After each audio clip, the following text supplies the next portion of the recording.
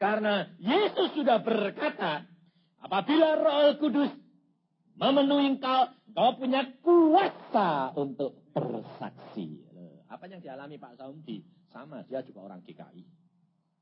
Lalu kalau orang Pantekosta ketemu saya bilang, kamu kira saya orang apa? Orang Pantekosta. GKI, tahu enggak?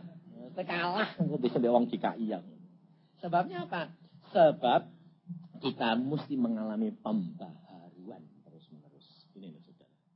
Dan saya di jamaah Tuhan, jadi kalau saudara mendengar Pak Prayogo mengatakan bahwa menyembah, saudara jangan merasa bahwa, wah aku udah ngerti ya, nggak dapat karunia lidah, nyembahnya piye. Loh, Tuhan itu bisa berbicara dalam bahasa segala bahasa, yang penting kan hati ini. Loh, ya toh, kamu bahasa lidah kalau sampai di rumah terus lihat pembantumu tidak beres terus mulutmu kebun binatang keluar semua, matamu nggak endi, hatimu itu bahasa lidahnya perlu dipikir-pikir. Ini loh saudara. Sebab Tuhan mengatakan tidak layak mulut ini, lidah ini keluar pujian dan magian, ya toh? Ini harus untuk memuji Tuhan. Ada pembaharuan. Jadi kalau kita menyembah, puji Tuhan. Engkau Allah yang besar. Kalau belum punya karunia lidah. Tidak apa-apa. Tapi kalau engkau sudah merindukan, semuanya dijamah dengan luar biasa. Sebab saya orangnya keras. Tidak mau ikut-ikutan. Jadi pada waktu tahun 71, Tuhan tanya sama saya, Yusa, engkau kenapa tidak kepingin karunia bahasa lidah?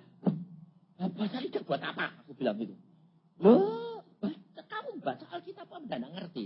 Bahasa lidah diperlukan untuk memperkuat iman pribadimu. Sebab kadang-kadang kita di dalam kesulitan tidak bisa berdoa. Betul tidak? Dalam kesesakan, kebingungan, keberkan utang. Tidak bisa sembahyang. Sebab pikirannya ditagih terus. Sembahyang bagaimana? Orang bilang sembahyang itu harus mengasihi Allah dengan segenap hati, kepikiran, dan kekuatan. Tetapi mau menyatukan pikiran, hati, dan kekuatan bagaimana? Wong pikirannya utang. Ditagih, takut ditagih. Asal ada orang ketok. Sudah deg-degan. Waduh, ditagih meneh. Itu mana mungkin. Tapi Alkitab berkata di dalam Rum 8, dia berkata apa? Pada waktu engkau di dalam kesesakan, engkau tidak dapat berdoa. Roh Al-Kudus akan membantu engkau dengan keluh kesah yang tidak terucapkan. Dia berdoa untuk engkau. Dan itu saya alami. Jadi kalau saudara tidak dapat berdoa, saudara punya karunia lidah, saudara menyembah di dalam roh. Nanti beban saudara itu diangkat. Lalu rasanya ringan, sembahyang gampang lagi. Ini loh saudara. Itu gunanya karunia lidah. Tapi tidak karunia lidah digo pamer. Ini terus terang. Banyak buat pameran. Wah, aku belum dapat karunia lidah. Iya. Lah, melu gebor-gebor. Lah, salah kaprah ini. Ini loh saudara. Maka kita harus belajar pribadi dengan dia. Mempunyai pengalaman pribadi dengan dia. Engkau tidak akan tergoyahkan. Sebab tiap mengikut Tuhan itu ada risikonya. Banyak orang Kristen tidak tahu. Karena apa? Pikirnya, sudah ikut Tuhan, percaya Tuhan, dipermandikan, selesai, masuk surga. Kok enak? Saya bilang. Wong Tuhan berkata, banyak yang aku panggil, sedikit yang aku pilih kok. Asal dari Kristen ke permandian, selamat, belum tentu. Saya bilang, loh, kok belum tentu bagaimana Pak Yusa? Nah, contoh nih. Ada enggak di antara saudara-saudara orang perempuan yang anak Tuhan, terus laki-laki ini jatuh cinta, sanging cintanya, aku anak Tuhan, kalau tidak ada di Kristen, nggak bisa. Ya wis aku udah di Kristen. Permandian, ya permandian. Barebar terus, ya aku mau gereja tak terke, aku tak jalan-jalan. Ya toh? Kalau waktu pacaran saja, getol nganter nge gereja, duduk diem, pikirannya nggak jobo. Tapi kalau sudah jadi istrinya, jadi suaminya, sudah jadi suami istri, antar saja ke gereja. Aku tak jalan-jalan dewek. Loh, dulu janji ini kan jadi orang Kristen. Lah aku kan sudah jadi orang Kristen, mesti permandi. No. Lah kok orang gereja? Lah gereja itu kan karepku dewek saiki ini. Lah itu loh saudara. Apakah orang situ masuk surga? Sudah dipermandikan? Masuk surga enggak? Enggak. Nah, itu loh jawabnya tegas enggak. Jadi kita harus punya pengalaman pribadi. Malam hari ini kita belajar. Kalau saudara ikut Tuhan, jaminan luar biasa. Tetapi kalau engkau ikutnya cuma hanya, wis pokoknya yang selamat, itu rugi saudara. Masuk surga ya masuk surga. Masuk Indonesia ya masuk Indonesia. Tapi di sebelah mana? Orang luar negeri bilang, Indonesia itu bagus ya? Iya, bagus. Tapi orang luar negeri masuk Indonesia, blak. Coba camplong ke ngene Irian Barat ngono. Bingung ya, ini apa Indonesia kok kayak gini? Tapi kalau dia datangnya kenal presiden, diundangnya ke mana? Ke istana. Wah, Indonesia makmur ya. Wah, luar biasa. Loh iya. Nah, tapi kalau kenal Mbak, orang Irian, lebih mau Irian. Nah, saudara juga kenalnya ke surga itu kenal Yesus, masuk istananya Yesus atau masuk di pinggir surga. Asal masuk surga enggak apa-apa toh. Podo-podo enake kok. Enak memang dari tukang kebon bae lah. Ini loh saudara. Sebab kita tidak menyadari bahwa di dalam kerajaan surga itu ada tingkatan-tingkatan. Sebab kerajaan kok sama rata sama rasa kok enak. Lah sing aku bayar setengah mati kok. Tak tinggal ke dokter barang kok aku nanti podo mbek kowe. Ya moh. Loh, bener enggak? Enggak mau bayar larang untuk elek. Ya moh. Ini loh saudara, enggak mau, kita harus mau benar-benar berani bayar harganya. Kita juga mendapatkan yang terbaik. Untuk itu ada 3 tingkatan. Kita belajar saudara. Kalau engkau mau menduduki berhasil dalam bisnismen, dalam karyamu, dalam studimu, dalam rumah tanggamu, semuanya Tuhan pelajari pada kita. Alkitab ini buku pinter. Tapi orang itu punya buku pinter tapi tidak mau belajar. Ini orang Kristen rugi luar biasa. Buku pinter sungguhan. Segala ada. Dari mulai belum lahir sampai nanti mati. Komplit. Sebabnya hidup ini sudah ditunjukkan semua oleh Allah. Apa yang ditulis? Ini ya dan amin. Kita belajar terhadap orang yang dikasihi Tuhan. Daud. Mengapa Daud dicinta Tuhan? Dan bagaimana Tuhan memproses Daud menjadi seorang yang berhasil. Nah, kita harus belajar. Karena Alkitab ini diberikan supaya kita belajar bagaimana berhasil menjadi seorang anak Tuhan. Maupun karyawan, maupun pengusaha, maupun mendirikan rumah tangga. Keberhasilan harus ada 3 tingkatan. Dalam 1 Samuel 16, yang pertama, ayat yang ke-12 dan 13. Hanya 2 ayat saja lebih dahulu. Ini tingkat pertama. Pengenalan kita akan Allah. 1 Samuel 16 ayat 12 dan 13. Kemudian disuruhnyalah menjemput dia. Ia kemerah-merahan, matanya indah dan parasnya elok. Lalu Tuhan berfirman, bangkitlah, urapilah dia. Sebab inilah dia. Samuel mengambil tabung tanduk yang berisi minyak itu dan mengurapi Daud di tengah-tengah saudara-saudaranya. Sejak hari itu dan seterusnya berkuasalah roh Tuhan atas Daud. Lalu berangkatlah Samuel menuju Rama. Mari kita berdoa. Tuhan, firman-Mu sudah hamba bacakan. Sekarang Kau berkarya di dalam diri anak-anak-Mu pada malam hari ini. Karena tidak ada yang tidak Engkau pilih malam hari ini untuk menjadi anak Tuhan yang sukses. Karena Engkau punya rencana di dalam kehidupan kami. Tapi berilah kami mengerti dan target yang Engkau berikan kepada kami. Supaya kami tiap-tiap pribadi dapat mencapainya. Karena kami tahu rencanamu adalah indah di dalam kehidupan kami. Dalam nama Tuhan Yesus, Engkau Tuhan Roh Kudus, Engkau berkarya dengan bebas. Dan Engkau berhak melakukan semuanya ini. Amin. Kalau saudara perhatikan, Daud pada waktu dilantik, saya tidak akan berbicara perkara dia muda, karena ini campuran orang tua. Jadi, pada waktu dia dilantik, dia dilantik oleh Samuel menjadi apa? Raja. Dan pada waktu dia dilantik, maka saat itu Roh Allah berkuasa dalam dirinya siapa? Daud. Apakah pada saat itu terus Daud jadi raja? Hah? Tidak. Apakah Daud pada saat itu dia menempati kedudukan raja? Tidak. Itu adalah iman, di mana dia mulai percaya dipilih oleh Allah. Maka dia dipilih oleh Allah, diurapi, dan saat itu Roh Allah ada di dalam dia. Ini saudara. Ini keadaan sama dengan kita. Kenapa kita bisa menjadi orang Kristen? Bukan saudara yang memilih Yesus. Yesus yang memilih saudara. Saudara dipilih, dipanggil, diundang, dilantik menjadi orang Kristen. Sejak saat itu engkau mengaku Yesus sebagai Tuhan dan Juru Selamat, engkau dipermandikan, engkau Roh Allah tinggal di dalammu. Ini loh saudara. Saya kerap kali ditanya, loh, wah kok ada baptisan roh? Kalau gitu orang Kristen itu yang sudah dibaptis itu tidak punya Roh Kudus. Punya, saya berkata, punya. Karena Alkitab yang berkata, di mana engkau mengaku Yesus Kristus sebagai Tuhan dan Juru Selamat, maka Roh Kudus akan masuk dalam hatimu. Dan sejak itu berkuasa. Tetapi tidak jaminan engkau sudah mengenal akan Yesus. Tidak menjamin bahwa engkau sudah menduduki menjadi anak-anak raja.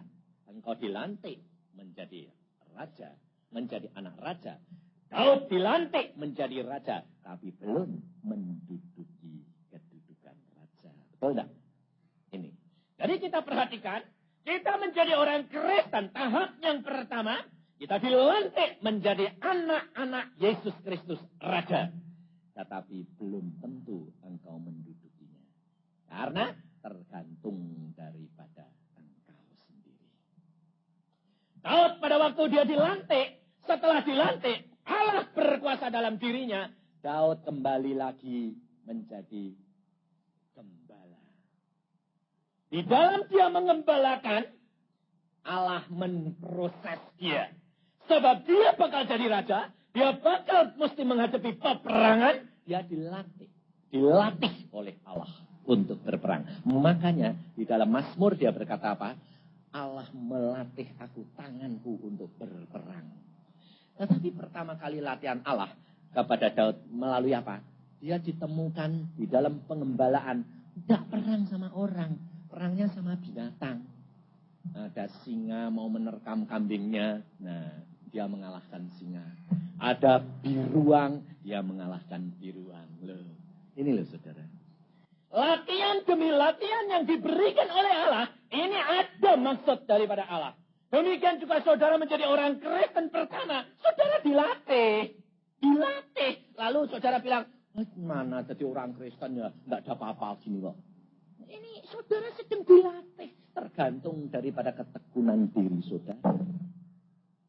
Dan di dalam latihan itu, setelah Daud memenangkan itu, dia naik. Ada waktu dia disuruh oleh ayahnya, tilik kakak-kakaknya pergi perang, ketemu Goliat, dia mulai. Dia Roh Allah sudah ada.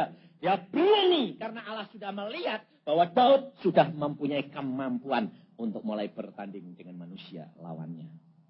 Dan pada waktu dia menghadapi Goliat, dia berkata apa? Kenapa orang itu berani menghina Allah kita? Lalu kakaknya bilang, kamu anak kecil turut-turut. Dan pada waktu dia menghadap kepada Saul, dia diberi pakaian perang, tidak bisa jalan. Dia bilang, wah tidak bisa aku jalan, kasih pedang. Lah tidak pernah pegang pedang. Pegangannya ketepel. Bayangin. Tapi Allah sudah tahu bahwa dia punya kemampuan. Maka Samudi tadi bilang apa? Allah memberikan kuasa kepada dia. Tempel tangannya sembahyang sembuh. Kenapa saudara tidak melakukan hal itu sendiri? Karena Allah sedang mendidik saudara untuk bertindak. Belajar iman dan percaya melakukan firman, itu lakukan di dalam diri saudara, di dalam anak saudara, istri saudara, suami saudara. Lakukan, sakit, tumbangin tangan. sesuai dengan firman-Mu. Dalam nama Tuhan Yesus, sembuh. Loh, gitu. Tapi, saudara bilang apa? Kok tidak waras ya? Loh, kok tidak waras? Loh, itu nak iman. Iman itu percayakan sesuatu yang tidak kelihatan. Ada seorang anak Tuhan, dia berkata begini, wah, aku ini meraktekkan itu kok susah. Wis tak prakteknya tak biar binatang baik. Nah, lalu anaknya sakit, ditumangin tangan tidak sembuh. Tumangin tangan tidak sembuh. Sebabnya apa? Lawang pikirannya khawatir kok. Wah, kok tidak waras-waras ya, panasnya tidak turun-turun. Repot iki. Wis. Akhirnya dia punya kucing atau anjing, lupa saya. Sakit kepelindes mobil. Mati kejat-kejat. Wah, tak pegang. Dalam nama Tuhan sembuh. Mati ya wis mati, dek urip ya urip. Urip malahan. Lah kok ceprung dek basu ya. Tapi dek kalau sama manusia kok ndak lau ngatine kuatir loh. Tuhan berkata apa? Orang yang kuatir itu seperti ombak lautan, tidak akan mendapat apa-apa. Kalau engkau berdoa yang sungguh, percaya yang sungguh. Soalnya apa? Kuatir kok. Ya tidak jadi. Wong melanggar firman. Saya praktekkan sendiri. Saya orangnya memang gila-gilaan kalau sama Tuhan. Istri saya kena serangan jantung. Dia bilang, aduh jantung kok tambah lama tambah sesek napasku. Tambah lama tambah sesek. Rasanya tidak sambekan. Jantungmu rasanya dipencet. Saya dipanggil sama anak saya. Papa, mama, tidak sambekan, Pak. Kenapa? Wah, rasanya jantungmu dipencet. Tanda-tandanya tak baca di kelihatannya kayak penyempitan. Waduh, ini koroner nih. Ya wis. Aku bilang gini. Nah, terus pikiranmu bagaimana? Wah, aku rasanya ini kok wis cegak ini. Nah, artinya cegak itu mehkin. Nah, terus saudara kalau jadi suami bagaimana? Hah? Bingung toh? Langsung cari dokter toh? Lah yang pikiran deh manusia terus kok. Lah Tuhan berkata apa? Terkutuklah orang yang berharap pada manusia. Dokter tidak manusia. Manusia. Tidak jadi apa. Makanya sembahyang deh Tuhan. Tuhan apa yang kita lakukan? Kalau Tuhan berkata pergi ke Prayogo, ya pergi ke Prayogo. Itu berarti berkatnya dek nenek harus ngalir. Tapi ya jangan ngurusi dokter sih. Tuhan dulu. Kalau nyanyi saya jempol. Dokter di atas segala dokter Tuhan. Loh, saya nyanyi hebat. Ini loh saudara praktek. Saya pada waktu itu lihat istri saya gitu saya bilang. Rasanya dia, rasanya kok aku cegah. Ya udah cegah ya mulai dong. Ini saya kira kalau istri-istri ada suaminya diomongi gitu mesti pikirin jengkel, betul enggak? Kurang ajar. Aku mulai mau kawin meneh ya. Mesti gitu ya dah.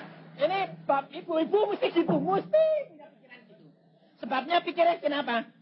Wong dikandani aku sakit, dicari kasih tahu sakit kok malah lah dhewe wis waktune ya. Lah kurang ajar ini. Engko aku jadi kawin meneh kok ya.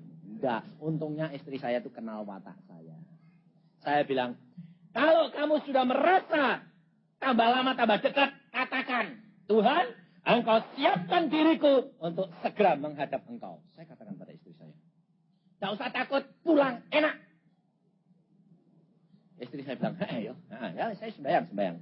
Terus saya bilang, Tuhan, aku serahkan istriku, kalau sudah waktunya pulang, ambil pulang. Lah, saya bilang, istirahat, tidur, tidak usah khawatir. Ngucap syukur. Terus saya masuk ke kamar lain, mulai ngomong ke Tuhan. Tuhan, mesti istriku sudah bar. Tuhan bilang, belum. Masih lama. Kemarin dulu gigi meh mbok cabuti. Tuhan, aku bilang apa? Gigi aja saya kuat 5 tahun. Mosok saya ini game. Oh iya. Kalau gitu sembuh dong Tuhan. Tidak apa-apa, aku nanti sembuhkan. Aku balik. Ya, sembuh. Loh, kenapa? Lalu Tuhan bilang, belum game. Tidak apa-apa. Sembuh total, saudara. Itu loh. Itu iman. Itu loh. Jadi jangan lalu khawatir. Udah mati pi. Lah, aku ini apa coba? Mati temenan, malah kehilangan. Ini soalnya, kita tidak boleh khawatir. Seperti Daud, dia pada waktu sudah dididik oleh Allah. Dia menghadapi Goliat yang pakai pakaian perang, tertutup rapat semuanya. Bagi Allah tidak ada barang yang mustahil bahwa Allah sanggup mengalahkan Goliat. Dan pada waktu Daud, dia menghadapi, dia tidak pakai pedang. Dia hanya pakai apa yang dia punya. Dia punyanya masih ketepel. Dia pakai ketepel. Saudara punyanya apa? Punyanya iman kecil. Ya pakai O kecil. Gak khawatir. Biarpun gede seguliat gunung seperti apa. Sanggup untuk mengalahkan. Karena bukan engkau. Ini saudara. Kita tidak usah takut. Tidak usah berkata, ya ada imanku kayak Pak Samudi. Kayak Pak Prayogo. Kayak Pak Yusa. Ya bisa. Allah berkata, apa yang engkau punya, itu cukup untuk mengalahkan musuhmu. Iya, saudara. Maka Daud dia berkata, aku mau menghadapi mereka dengan nama Allah. Tapi punyanya ketepel, pakai ketepel. Mana ada orang perang pakai ketepel? Coba. Mana ada orang utang, bayar utang, mengatakan, Tuhan, aku mau panggil yo, bayar utangnya. Lalu tengok-tengok gitu. Mana ada terak orang Kristen. Makanya orang Kristen dianggap orang dunia itu orang gila. Orang sinting. Tapi Allah itu luar biasa. Alkitab mengajar kepada kita. Kita harus berani bertindak. Apa yang kamu punya, kamu lakukan. Itu akan terjadi. Coba renungkan. Sekuat-kuatnya ketepel itu. Karete sekuat apa toh? Kok batok kepala ini tembus sama batu bunder itu. Logikanya di mana coba? Alkitab berkata loh. Daud pada waktu dia ngetepel, langsung batunya itu masuk dahinya Goliat. Itu masuk ke dalam otaknya dan langsung mati. Wong saya dulu waktu praktikum di kedokteran gigi, kepala ini tak tutuk atas, tak ambil gandian, tak coba. Tok. Loh, kok tak mati. Ini waktu tuh masuk bolong. Logikanya di mana? Itu karena Allah yang memberikan tenaga untuk masuk, saudara. Bukan Daud yang melakukan. Bukan engkau yang melakukan kalau engkau punya iman cuma seperti ketepel. Tidak mungkin untuk mengalahkan segala perkara. Tetapi di dalam dia mungkin. Ini loh saudara. Tetapi apa yang dilakukan Daud? Dia di dalam pelantikan yang pertama, dia harus bertindak. Allah ada di dalam dirinya, tetapi dia bertindak. Jalan saja, melakukan pekerjaannya biasa. Tetapi dengan tindakan dia menunjukkan bahwa Allah sedang memproses dia. Di dalam usaha saudara menjadi orang Kristen, saudara dagang-dagang. Jangan bilang, aku menjadi orang Kristen, sekarang aku dipanggil, lalu semua jadi penginjil. Salah. Sebab Allah menghendaki engkau kerja sampai selesai. Maka pada waktunya Allah akan tingkatkan sendiri. Usahamu akan ditingkatkan, tetapi engkau harus berjuang. Karena roh Allah ada di dalammu. Belum engkau dilantik menjadi penguasa, tetapi kau sedang disiapkan untuk naik untuk yang tempat yang lebih tinggi. Tapi perlu apa? Perlu bertindak. Tindakan-tindakan Daud menyatakan bahwa dia akan menjadi raja. Karena dia dilatih berperang. Dia berperang, dia mampu. Lalu dia diangkat menjadi kepala pasukan. Nah, kalau sudah jadi kepala pasukan, dia mulai belajar pakai ketepel terus. Pakai pedang. Ditingkatkan. Tapi orang Kristen kerap kali salah. Sekali dia mengatakan dalam nama Tuhan Yesus sembuh. Lalu itu terus digunakan, tidak naik tingkat imannya. Tidak sembuh. Lalu yang kedua, yang ketiga. Loh kok tidak sembuh ya? Lalu mulai rontok. Ini toh. Lalu kalau sekali pakai ketepel. Perang lagi Daud tidak pakai ketepel. Pakai pedang. Oh sudah pintar. Sudah dilatih dengan pedang, pakai pedang. Naik ke tingkat yang lebih tinggi. Perlengkapan orang Kristen juga harus begitu. Kalau saudara pertama kali engkau mengalami perkara-perkara yang ajaib dengan Allah, naik imanmu. Dan engkau harus melawan semuanya itu dengan tingkatan imanmu yang naik. Fasilitas yang berbeda. Artinya doanya menjadi bertambah. Membaca firman-Nya menjadi bertambah, kerinduannya mulai bertambah, kasihnya akan Yesus mulai bertambah. Betul enggak? Jangan tambah lama tambah merosot. Karena pikirnya, oh dengan ketepel saja menang, tidak usah ngau pedang, ketepel terus. Nah, akhirnya kalah. Daud setelah dia menang, dia belajar. Lalu saudara tahu, di situ mulai ada pengikut-pengikutnya. Pengikut-pengikut Daud karena apa ada pengikutnya? Karena dia menunjukkan kemanapun Daud pergi, dia mendapatkan kemenangan. Nah, itu kesaksian. Jangan melalui mulut. Kalau mulut itu bukan kesaksian, tapi pemberitaan. Kesaksian harus dialami, orang lain melihat, maka dia akan bertanya, kenapa kamu berubah begitu? Nah, baru cerita, karena Yesus yang mengubah aku sedemikian rupa. Ini saudara.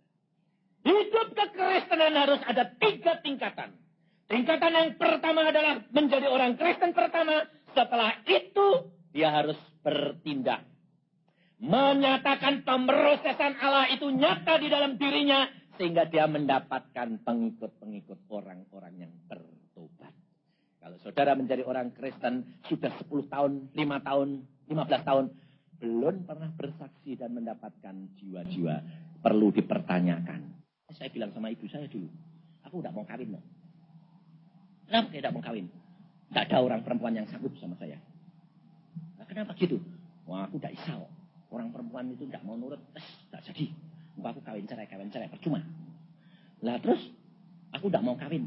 Tidak mau jadi anak Tuhan. Sebabnya kalau jadi anak Tuhan tidak boleh kawin lebih dari 1.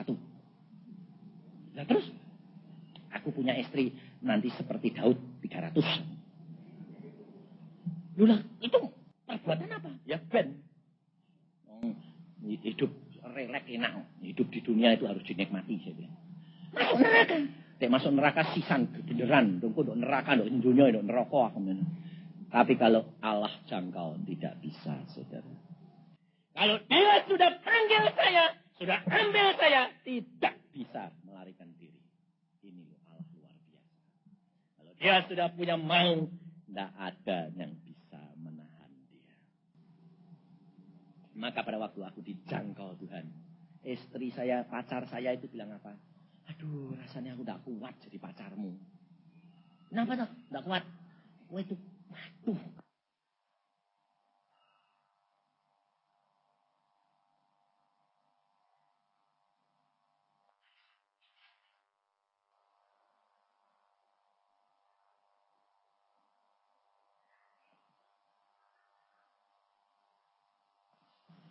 Kenapa toh? Tidak kuat. Wah itu, waduh. Sinis. Keras. Dibantah sedikit, marah. Tinggal. Janjian telat sedikit, out. Saya kalau janjian sama istri saya bilang, jam 5 tampil ya? Ya. Jam 5 tepat.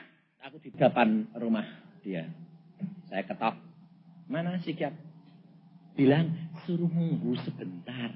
Tak tinggal. Tak tinggal. Lalu lain kali ketemu. Lu kok buat tinggal tuh gitu. Aku sudah toto sampai suwi. Lah janjian jam 5. Ngenteni semenit aja kok enggak mau. Tepat harus sudah korek. Tidak. Nih.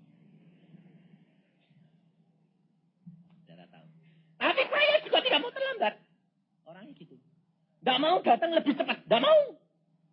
Kalau saya datang ke tempat dia lebih kurang 5 menit, saya jalan-jalan di luar.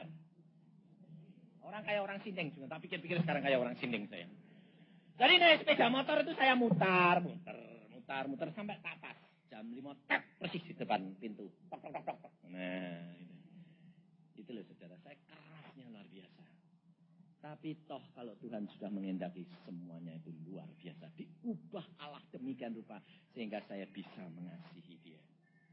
Tapi perjuangan istri saya itu tidak sia-sia, saudara tahu. Luar biasa, dia tidak pernah membantah, tapi dia berdoa. Tuhan, Engkau berikan suami, dia akan Engkau berikan yang terbaik. Diimani, yang terbaik, dan itu mesti baik. Dan saudara tahu, Allah luar biasa. Pada waktu saya makan setelah menikah sama dia, 6 bulan, saya masih keras. Kalau dia minta apa-apa, oh jangan tanya. Dan pada waktu itu, dia sudah mulai mengandung. Udah kawin 6 bulan tuh dia udah ada isinya, mulai ada isinya, mintanya aneh-aneh. Jadi saya bilang, gak usah aneh-aneh.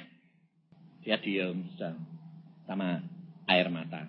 Tapi saat itu Tuhan jamah saya. Jam 1 siang saya jalan-jalan.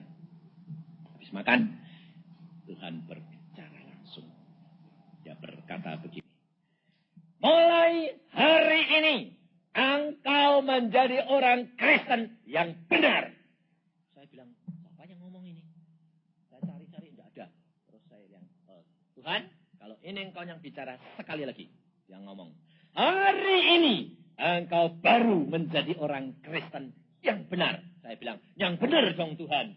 Saya 25 tahun jadi orang Kristen. Guru sekolah minggu, ketua pemuda. Belum jadi orang Kristen yang benar. Tuhan berkata, belum. Apa buktinya? Engkau tidak punya kasih. Aku mengasihi engkau. Tapi engkau tidak kasih sama istrimu. Bohong. Waduh, saya bingung. Jadi belum jadi orang Kristen yang benar. Belum. Sekarang, engkau baru menjadi orang Kristen yang benar. Apa buktinya? Engkau mempunyai kasih. Saya orangnya terima situ. Bah, saya bilang, coba buktikan. Lalu Tuhan berkata, lihat keluar. Saya lihat, ya pohon kates gitu. Di luar tuh ada pohon papaya yang saya mau potong. Bilang, soija pohon papaya ini, potong. Lalu Tuhan berkata, lihat pohon papaya itu. Saya lihat berubah, saudara. Loh, saya kok bisa kasih sama pohon? Ya, pohon ini ciptaan Tuhan. Kasihan ya. Baik. Tidak usah dipotong, saudara. Lalu Tuhan berkata, pohon saja kamu bisa mengasihi, bisa mengerti dia. Apalagi istrimu. Oh ya. Saya bilang, terima kasih Tuhan. Hati ini rasanya damai luar biasa. Sukacita luar biasa. Itu zaman Allah pertama kali dan kepenuhan Roh Kudus saya pertama kali. Ada kasih daripada Allah mengalir. Pada saat itu saya belum bisa karunia lidah. 5-6 tahun kemudian saya baru berkarunia lidah tahun 71. Dan pada waktu saya mau karunia lidah, Tuhan berkata, kenapa kamu tidak rindu karunia-karunia yang lain? Loh, kalau engkau mau beri dong, aku mau. Dah. Minta. Ya, bagaimana? Doa puasa. Tapi aku tidak mau loh, ditumang-tumang tangan. Saya bilang. Siapa yang bilang kalau kepenuhan roh harus tumang-tumang tangan? Loh, biasanya di gereja Pantekosta itu, siapa yang mau kepenuhan roh? Maju depan, tumang tangan. Tidak ada, agen Roh Kudus itu tidak ada. Tidak ada agen. Agen itu penyalur, itu tidak ada. Roh Kudus bertindak asli. Kalau dia mau kasih. Biarpun ditumang tangan perpuluhan kalian 10 kali, tidak akan anu. Lah istri saya itu orang Pantekosta kok. Tapi belum kepenuhan, belum punya karunia lidah.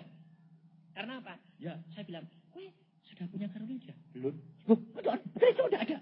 Ada. Lah kok tidak maju? Maju puluhan kali. Ya sudah diuyak-uyak, tapi tidak tahu bisa. Lah mungkin kurang anu. Aku sudah suruh apa ya, aku turut kok. Tapi belum bisa. Oh, kalau gitu memang anugerah Tuhan ini ajaib. Pribadi dia itu tidak bisa diagen-ageni. Tidak mau, tidak ada agen. Terus Tuhan berkata, doa puasa sama istrimu. Aku akan penuh berikan apa yang aku punya. Saya doa puasa sama istri saya. 3 hari 3 malam. Tapi bukan 3 hari 3 malam. 3 hari. Malamnya makan. Hanya kalau pagi jam 6 sampai jam 6 gitu loh. Tidak makan, tidak minum. Jadi tetap kerja tapi tidak makan, tidak minum. Banyak berdoa, baca Alkitab. Ngantar sekolah ya ngantar, kerja ya kerja. Tapi tidak makan, tidak minum. Hari ketiga Tuhan berkata, masuk kamar, kunci, berdoa, aku akan jamah engkau. Saya dengan istri saya bayang terus. Pertama kali saudara tahu, tangan saya ini kena setrum. Saya bilang, ini apa? Muka mata, sembayangan merem. Sing ngajari sembayang merem siapa tuh? Saudara kalau sembayang otomatis tutup mata enggak? Ya dah? Siapa sing ngajari? Loh, ajar dari mana coba? Sembayang mesti merem, siapa sing ngajari coba? Sing ngajari siapa? Ada kita sembayang mesti merem. Ada enggak? Ada enggak, Pak? Enggak ada. Tapi kenapa nek sembahyang kok suruh merem? Sebabnya Zaman dulu itu pendetanya tidak ada pendeta perempuan, betul tidak? Pendetanya itu laki-laki. Laki-laki mata keranjang. Tek sembayang matanya melak-menon, delok wong itu, wah bingung, tidak bisa konsentrasi. Jadi merem. Lah saudara, orang lihat pendetanya merem, ya merem. Nah ya kan? Tapi tidak ada yang ngajari merem itu, tidak ada. Sebarang merem. Ini loh saudara. Maka pada waktu itu saya berdoa, tangan ini dijamah, luar biasa strom. Saya buka mata model saya, orangnya rasional. Saya bilang, setrum gak ngerti. Tidak ada. Saya bilang, apa sih ini? Saya bilang, apa ini Tuhan? Ini apa-apaan? Saya bilang, saya tidak mau aneh-aneh. Ini aku bilang, tak bisa saudara. Terus berjalan kayak setrum ribuan buat tangan ini gini terus. Tangan nama Yesus. Piji. Tak mau piji. Terus. Yang paling repot di mulut. Gigi saya itu tok. Lah aku dokter gigi tahu. Waduh, jebol kabeh ini nanti. Aku bilang gitu, wah buka mulut. Malah karena buka mulut, lidahnya bergerak sendiri. Keluar bahasa lidah yang aneh. Dan pada waktu saya keluar bahasa lidah yang aneh, istri saya nangis teriak-teriak. Kenapa? Iri. Tuhan, kok ada adil? Kenapa suamiku mau kasih aku enggak? Tuhan berkata begini, anak, suamimu itu orang yang keras hati. Suamimu itu kalau tidak dipaksa, tidak akan percaya. Tapi engkau, anak Tuhan yang lembut. Kau tidak usah dipaksa. Engkau sudah menerima anak. Dan dia tidak merasakan apa-apa. Tapi hari itu belum keluar bahasa lidahnya. Kemudian dia besok lusanya dia memuji Tuhan. Saya ajak sembahyang jam 5 pagi. Setiap jam 5 kita mesti berdoa. Kita sedang berdoa. Dia keluar bahasa lidahnya dengan lembut, halus. Kalau bahasa lidah saya kemerotok kayak orang Jepang. Tetap orangnya kasar. Ini loh saudara. Allah bertindak sesuai dengan sifat dan perangainya masing-masing. Jangan iri. Jangan lihat orang lain. Allah sanggup memberikan sendiri pengalaman-pengalaman engkau dengan dia. Pada waktu tahun itu setelah saya menikah 6 bulan saya dijamah oleh Tuhan. Saudara tahu? Luar biasa perubahannya. Langsung saya sorenya istri saya sudah mengandung. Dia bilang ini, aku kok kepengen dia kalau minta tidak berani terus terang. Sebab dia tahu watak saya. Dia belum tahu kalau saya sudah berubah. Saat itu sudah dijamah Tuhan. Dia bilang, aku kok kepengen makan bakso. Di mana? Di Kelitren.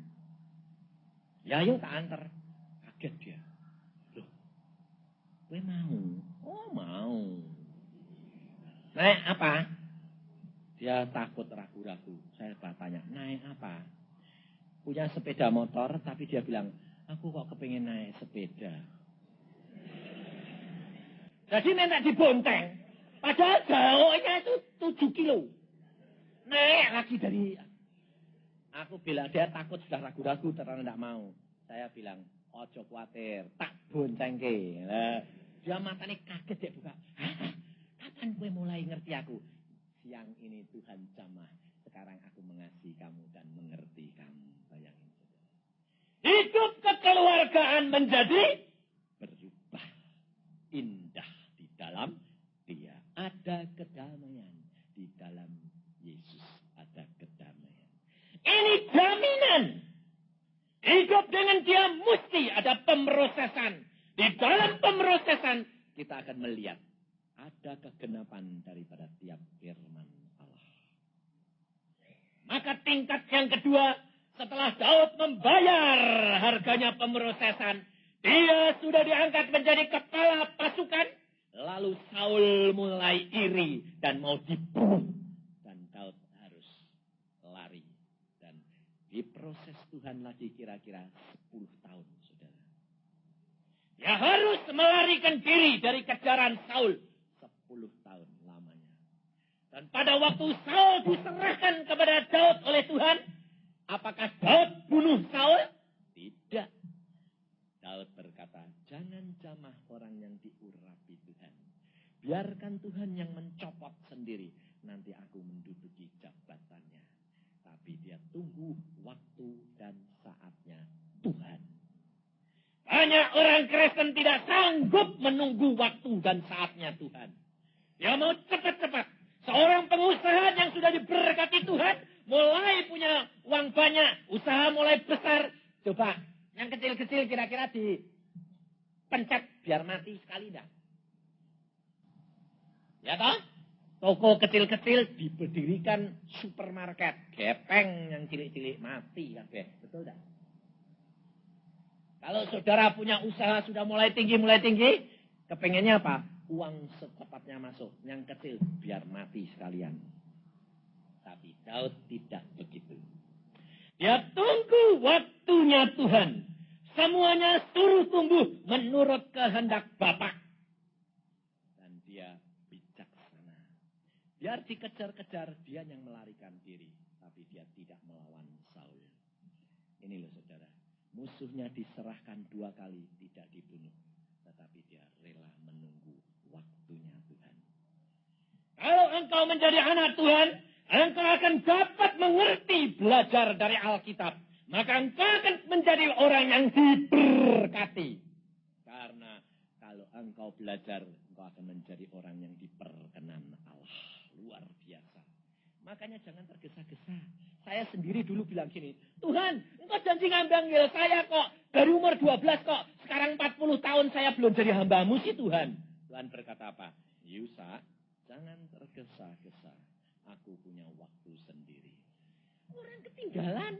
Itu lu jadi hamba Tuhan, naik sepeda, naik motor, naik mobil, naik kendaraan jet. Tuhan berkata, engkau tidak tahu. Aku punya rencana yang lain. Tuhan menghendaki memproses terus. Sampai menjadi masa. Saudara tahu. Dan Tuhan pada waktu itu tunjukkan saya. Kamu mau kepengen lihat kendaraanmu. Kalau kamu nanti nginjil. Waktunya sampai. Iya. Lalu Tuhan tunjukkan. Tuhan itu luar biasa saudara. Tuhan cuma begini saja perintah malaikatnya. Ambil kendaraan Yusa. Langsung datang. Datang kendaraannya. Ternyata kok berdiri. Saya bilang. Ini apa kendaraan kok berdiri? Kalau kendaraan kan semua begini. Saya lihat hamba Tuhan an menginjil pakai sepeda, jalan kaki, naik mobil, pakai jet, pakai Concorde. Saya bilang Tuhan itu yang pakai Concorde. Wah, aku ya ketinggalan. Tuhan berkata, jangan membatasi kuasa Allah. Mana kendaraanku? Lihat. Lah kendaraan kok berdiri gini ini apa? Aku bilang gitu. Lalu Tuhan berkata, kamu tahu ini roket. Langsung Tuhan bilang, jalankan. Wah. Lalu Tuhan berkata, engkau tahu, aku didik engkau, aku proses engkau lain daripada yang lain. Kenapa? Karena mereka pakai jet, pakai segala, pakai Concorde. Mereka tidak dapat lepas daya tarik bumi. Muter-muter tetap di bumi. Tapi roket bisa tembus daya tarik bumi. Bisa kembali sesuka Anda. Wah, saya bilang, jadi maksudnya apa Tuhan? Engkau lepas dari ikatan-ikatan duniawi. Ini loh saudara. Dari keuangan, dari kebanggaan, dari seks. 3, tahta, wanita, dan harta. Oh ya, saya tahu. Ini saudara. Kalau engkau tidak mau tunggu waktu dan saatnya Tuhan, Tuhan berkata, oke, kamu mau pilih sendiri, boleh. Tapi engkau rugi, pemrosesan belum selesai. Engkau dahului kehendak Dia. Engkau akan hidup penuh dengan perjuangan, saudara. Maka pada waktu Tuhan panggil, saya mengatakan, baik, aku tunggu waktumu Tuhan. Pada waktu Tuhan panggil, saya barusan dipanggil 1 April tahun 80, saudara tahu. Baru 5 tahun saya menjadi penginjil. Dan saya tidak pernah menjadi penginjil menawarkan diri. Saya mau datang ke kota ini, tolong carikan pelayanan. Tidak. Saya berkata, Tuhan, engkau yang panggil aku, engkau yang sediakan pelayanan. Kalau tidak, aku tidak melayani, aku tetap tinggal di rumah. Lu enak nunggu di bojone ya. Saya itu orangnya gitu, tidak peduli saya. Dan Tuhan mengatakan, aku yang perintah untuk minta kepadamu. Setiap permintaan saya mesti doakan dulu. Tuhan, Ini aku harus layani enggak. Kalau Tuhan bilang, tidak usah layani, enggak tak layani. Enggak peduli saya. Saya orangnya enggak peduli. Ini loh saudara. Saya hanya mengabdi kepada dia. Dan hanya kepada dia. Selama mengabdi kepada dia, segalanya dicukupi luar biasa. Dan kalau saudara tahu, kadang-kadang Tuhan berkata apa? Yosa, diam diri di rumah. Berapa lama Tuhan? 3 minggu. Tidak usah keluar. Saya di rumah, tidak melayani, saudara. Berdoa, puasa, banyak membaca firman Tuhan, berdoa dengan dia. Istri saya tanya, kok tidak melayani? Tidak. Suruh nunggoni kue, lumayan. Lah terus, kebutuhan keluarga, ya, Tuhan akan cukupi. Caranya, tidak tahu, urusannya dia. Tiap bulan tercukupi, tidak pernah kekurangan. Ini saudara. Padahal kebutuhan saya minimal 1,5 juta 1 bulan. Siapa pendeta siapa yang gajinya 1,5 juta? Tidak ada. Nah, bangkrut gerejone kan bayari 1,5 juta. Ini nih saudara. Tapi Allah itu luar biasa. Maka di dalam tingkatan Daud yang kedua, dia dilantik lagi. Loh, ini loh. Sudah dilantik menjadi raja, kenapa harus dilantik lagi? Ini kerap kali orang Kristen tidak ngerti. Ya pada waktu sudah dikejar-kejar Saul, Saul pada waktu sudah mati, Daud dilantik lagi oleh orang Yehuda. Kelompok Yehuda melantik Daud menjadi raja mereka. Sudah punya kelompok yang setia kepada dia. Hasil pemrosesan, kesaksian-kesaksian hidup Daud, orang akan datang sendiri. Saudara tahu, luar biasa Alkitab ini mengajar kita. Kalau engkau menjadi orang Kristen, engkau sudah menjadi percaya, engkau diproses, Allah ada di dalam dirimu, engkau menjadi saksinya, engkau akan membawa jiwa-jiwa, engkau akan mendapatkan urapan yang kedua, kepenuhan Roh Kudus. Itu beda sama ada Roh Kudus, ada kepenuhan urapan Roh Kudus yang kedua. Hidupmu akan berubah. Engkau akan menikmati, sudah menduduki suatu kedudukan menjadi kenyataan, tapi belum sempurna. Daud menjadi raja, tapi bagian orang Yehuda saja, belum seluruh Israel. Setelah dia menduduki itu, dia menyatakan dirinya dengan bijaksana, dia menyatakan dalam peperangan selalu menang, baru orang Israel datang kepada dia, mengangkat dia, dilantik lagi menjadi raja untuk ketiga kalinya. Baru ketiga kalinya dia menjadi sempurna di hadapan bangsanya, seluruhnya di bawah perintah dia. Ini loh saudara. Maka kalau engkau sudah mencapai tingkatan yang ketiga, engkau akan menjadi orang yang berkuasa. Usahamu akan mencapai kesempurnaan, tingkat yang tinggi. Tetapi hati-hati. Harus mesti waspada, mawas diri. Kalau tidak, engkau akan gugur seperti Daud. Daud pada waktu dia sudah berhasil menjadi raja orang Israel, dia mendirikan istana yang bertingkat. Betul lah? Saudara, kalau orang-orang kaya itu rumahnya bertingkat enggak? Bertingkat. Kenapa? Bertingkat. Supaya pandangannya lebih luas. Betul tak? Terus kebanggaan mulai ada. Lihatnya dari atas gini loh. Kalau dulu enggak punya apa-apa, lihatnya ke bawah. Betul tak? Kalau sudah mulai tinggi, mulai berhasil, lihatnya gini loh. Daud mulai diangkat tinggi-tinggi, mulai makmur, matanya lihat gini, Betseba mandi. Ambil dia. Itu istri panglimamu. Ambil dia. Istrinya direbut, panglimanya disuruh bunuh dengan lawan. Bayangin saudara.